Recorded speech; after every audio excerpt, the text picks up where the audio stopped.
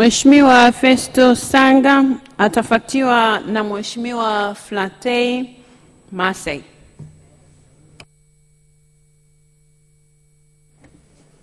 Mheshimiwa Naibu Spika, kwanza kabisa nipende kumshukuru na kumpongeza Mheshimiwa Mwigulu Nchemba, Waziri wa Fedha, kwa hotuba yake nzuri ya mpango ambao tunaujadili kwa sasa.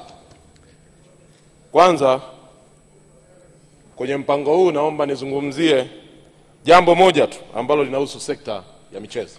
Na mimi ni mdau wa michezo na nimekuwa kiongozi wa michezo kwenye nchi hii. Na kwa leo naomba nitakie kila laheri timu ya Simba Sport Club kwenye mchezo wake pale Misri. Naamini kwamba hata wanayanga wenyewe wanaendelea kutuunga mkono kama ambavyo imekuwa. Mheshimiwa Naibu Spika, kwenye michezo naomba nizungumzie mambo kadha wa kadha. Ninaanza na jambo moja ambalo ni sheria namba 1 kwenye kanuni 17, sheria 17 za mpira wa miguu ambazo zinahusu mambo ya viwanja vya mpira. Tanzania tumebahatika sana, karibia kila mkoa tuna viwanja vya mpira wa miguu. Serikali kwa muda mrefu, lakini pili sisi kama Chama cha Mapinduzi kwenye ilani yetu kwa muda mrefu tumekuwa tukiweka kwamba tuna uwezo na tuna fursa ya kuendeleza viwanja vyetu vya mpira wa miguu. Ukienda ukurasa namba 245 kwenye ilani ya mwaka huu inazungumzia ujenzi wa viwanja kwenye taifa letu. Lakini sisi tulibahatika, Mwalimu Nyerere alijenga viwanja maeneo mazuri na viwanja vikubwa ambavyo hadi leo kizazi hiki vinakitumia. Lakini sijaona mpango wa moja kwa moja wa serikali na Chama cha Mapinduzi ambao ni wamiliki wa viwanja hivi kuendeleza viwanja vya mpira wa miguu. Tumeishia kulalamika kwamba viwanja sio bora, sio vizuri, sio nini, lakini hakuna hatua moja kwa moja ambayo serikali imekuwa ikifanya na kuichukua kuhakikisha kwamba inaendeleza viwanja hivi. Niombe na nishauri serikali. Viwanja viko maeneo mengi na maeneo potential. Viwanja kama Sokoine, viwanja kama CCM Kirumba, viwanja kama Ali Hassan Mwinyi Tabora, vinahitaji tu fedha ya kuweka hata kwenye carpet tu mpira ucheze. Kwa sababu majukwaa Nyerere alishatujengea. Majukwaa yako imara, yako vizuri, kinachohitajika ni fedha tu zitengwe kwa ajili ya kuweka hata carpet. Na katika hili Mheshimiwa Mwenyekiti, niunganishe moja kwa moja. Tunahitaji kwa mpango wa moja kwa moja. Sisi wote hapa tunafurahia leo kwamba timu zinacheza vizuri ya Simba, timu ya taifa inacheza vizuri, ikifungwa tunaanza kulaumu. Lakini maksudi na malengo ya moja kwa moja ya serikali kuendeleza michezo hatujaiona. Tunazungumzia viwanja hivi, lakini serikali hadi sasa hatujaona hata ikitoa kodi kwenye vifaa vya michezo. For instance, hizo carpet ambazo tunazungumzia, ingetenga hata mwaka mmoja kwamba huu ni mwaka wa exemption kwenye vifaa vya michezo kwa ajili ya kutandika carpet kwenye nchi yetu. Hata viwanja viwili tu kwa kila mwaka. Kwa muda wa miaka 5 tuna viwanja 10 vimetandikwa carpet, mpira wetu unachezwa na watoto wetu wanaweza kupata sehemu ya kuchezea. Niombe serikali iondoe kodi au iweke tax exemption, iweke tax exemption kwenye vifaa vya michezo, kuanzia jezi, lakini pia kuanzia hizo carpet ambazo tunaweza tukazitandika kwa ajili ya viwanja wetu hapa nchini. Lakini jambo lingine, Mheshimiwa Naibu Spika, zamani wakati tupo na timu ya taifa, tulikuwa na shule nyingi ambazo zinazalisha wachezaji. Mathalan shule kama Makongo ambayo inazalisha wachezaji wengi ambao tulikuwa tunawasifia kina Kaseja na wachezaji wengine.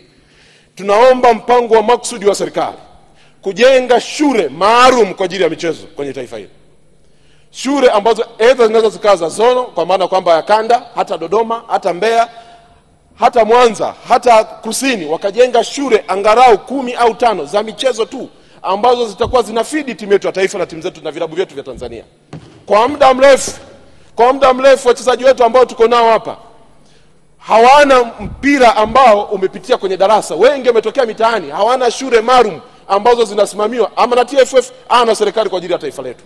Tunahitaji kuwa na mpango wa muda mrefu kuhakikisha kwamba michezo ya taifa hili inakuwa. Nimuombe sana Mwigulu Nchemba, Waziri wa Fedha, ni mdau wa michezo wa moja kwa moja. Leo hii ni Waziri wa Fedha, aone haja ya moja kwa moja kuinua soka la nchi. Amekuwa na klabu ya Singida United. Singida United ameona jinsi ambavyo ni ngumu kuiendesha. Ni kwa sababu timu nyingi hazina fedha.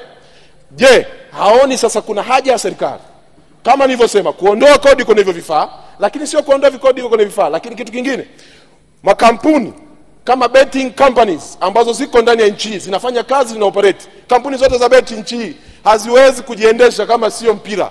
Maana wananufaika moja kwa moja na mpira wetu. Je, haioni fursa serikali kwa sasa kampuni za beti zote ziwekee angalau sheria au utaratibu, kila kampuni ya betting iwe na uwezo wa kufinance au kuchangia au kusponsor timu yoyote ya ligi kuu, ziwe za wanawake au timu ya taifa au timu za hizi ambazo tuko nazo kwa sasa. Tuone fursa betting companies ziweze kusupport kwenye mpira wa Tanzania, kwa sababu na zenyewe existence yake, uwepo wake hapa nchini ni kwa sababu ya mpira wetu. Kwa hiyo ni muombe Mheshimiwa na Waziri wa Fedha na serikali muone haja ya kuweka mazingira salama kwa ajili ya timu zetu kuweza kupata fedha. Kuendesha timu za ligi kuu, Mheshimiwa Naibu Spika, ni kazi ngumu sana. Vijana hawa hawana hela, hawana fedha. Tunahitaji hatua za makusudi kuwa support na kuwaunga mkono. Na hili Naibu Waziri wa Fedha, nikusihi na nikuombe tax exemption kwa vifaa vya michezo.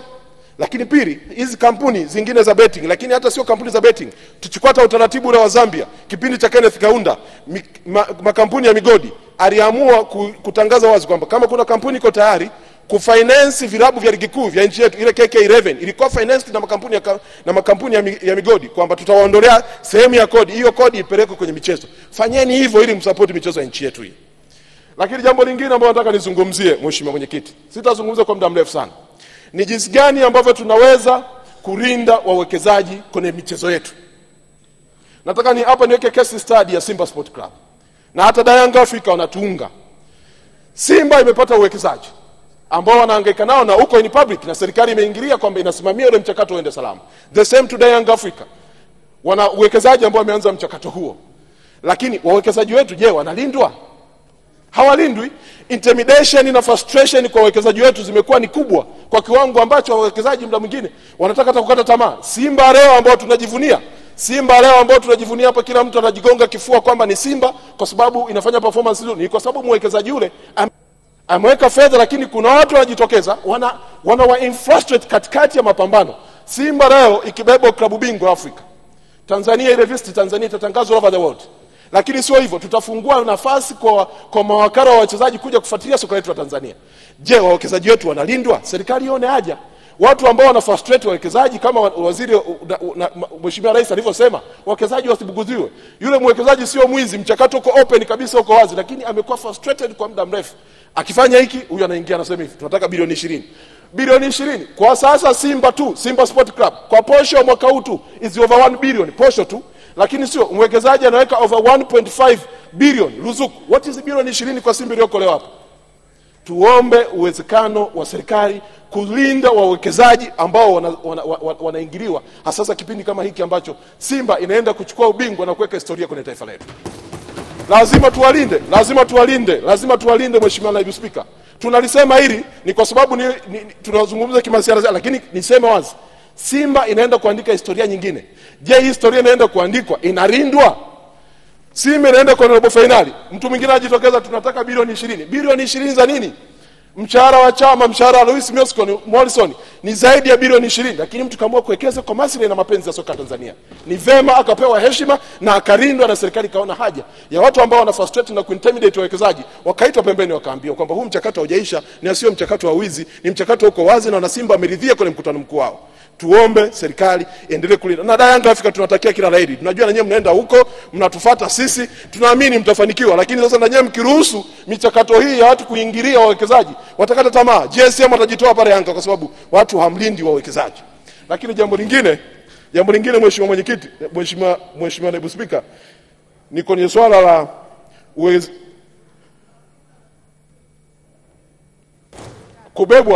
kusaidiwa kwa TFF. TFF ni chombo chetu ambacho tuko nacho nafanya kazi. Lakini mzigo wa TFF ni mkubwa. Ninaishukuru serikali ya awamu ya 4 Jakaya Kikwete aliamua kuchukua sehemu ya mishahara ya benchi la TFF akalisaidia kuibeba TFF kwa maana ya kulipa makocha. Tuisaidie TFF. TFF kwa pale jinsi walipofikia, bajeti yao ni ndogo sana. Timu ya taifa tunatamani ifanye vizuri. Kufanya vizuri kwa timu ya taifa ndio taifa letu linaendelea kutangazwa kimichezo na kufungua fursa.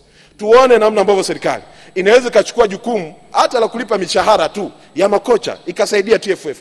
TFF yetu pala tukiangalia ofisi zao zile hazina hadhi. Somalia kuna vita, zina ofisi nzuri kuliko hata ofisi yetu ya TFF pale. Ni kitu ambacho kinatia aibu. Serikali ione haja ya hata kuishauri TFF wajenge majengo yenye hadhi nzuri, lakini sio hadhi nzuri muipokee mzigo. Mzigo wa TFF ni mkubwa. Wamejitahidi kwa level yao. leo hii tuna timu za wanawake zinafanya vizuri, leo tuna timu ya taifa inafanya vizuri, leo kuna vilabu vinafanya vizuri. Basi tuone serikali kwamba hao wenzetu wanapambana kwa level hii, lakini kuna majukumu mengine tuwapunguzie, ambapo mojawapo ni moja kati ya issue ya mishahara. Wapunguziwe mishahara TFF. Serikali ione haja jinsi ya kuingilia na kuwasaidia. Lakini zaidi ya hapo tuseme tu serikali muendelee kuiunga mkono Simba, inaenda kuandika historia kwenye taifa hili ya tofauti. Asante sana. Asante sana waheshimiwa wabunge. Tunamalizia na Mheshimiwa Flatei Masei, lakini nadhani mmepata picha ya mbunge akichagua kuchangia jambo moja, anaweza kulichangia kwa uzuri zaidi kuliko ukawa na mambo 10 unataja la kwanza, la pili, la tatu mpaka 10 yote hujataja hata sentensi haijakamilika.